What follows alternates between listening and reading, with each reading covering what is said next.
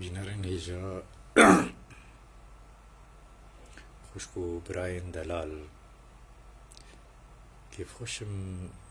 لەگەڵ بم بۆ پێشکەشکردنا یەک ji خۆشترین هەلبەستên سەیدایە جگەرخوین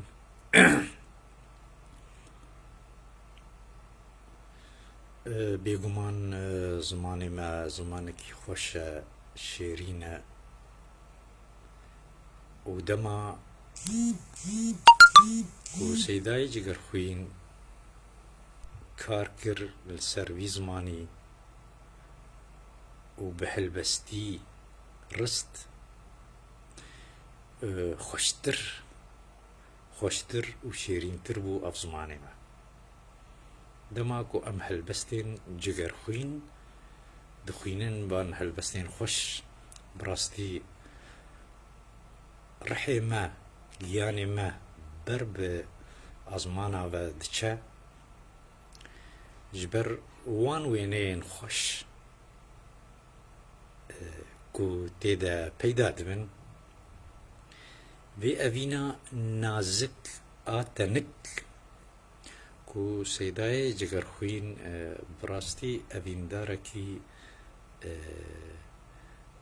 gelekî bi evîna xwe re sozdar bû ji ber vê yekê helbestên wî gelekî şêrîn tên û di bîra me de ye ku di salên hefteyî Hüseyinê Tewfû yek gelek ji helbestên Cigerxwîn awaz kiribûn û ev helbest jî bi vî rengî awaz kiribû. Sernavê vê helbestê gelek delal e dîlber. Hüseyinê Tewfû wisa awaz dikir min xwest ez jî wek wî bêjim. Gelek delal e dîlber şêrîn û çavreşa min gelek delal e dîlber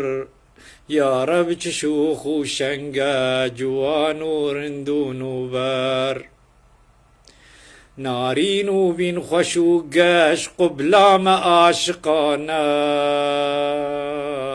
لطیف و زهر سیما شپاله و گلازر سینه چ گور و بوزه بردانه سرد فنجان صد حیف و صد مخابن دستین چپال هرن سر چەند گەوهەر و دران زێر شەکر ji dev dibarî di guh de zerguharên gerden bilûr û mermer çavên nekêlkirî reş xuya ye poz bilind e rûpût û lat û mebûd zülfên siyah du ejder قوس و قزح د ابرو بسکو کزی جماران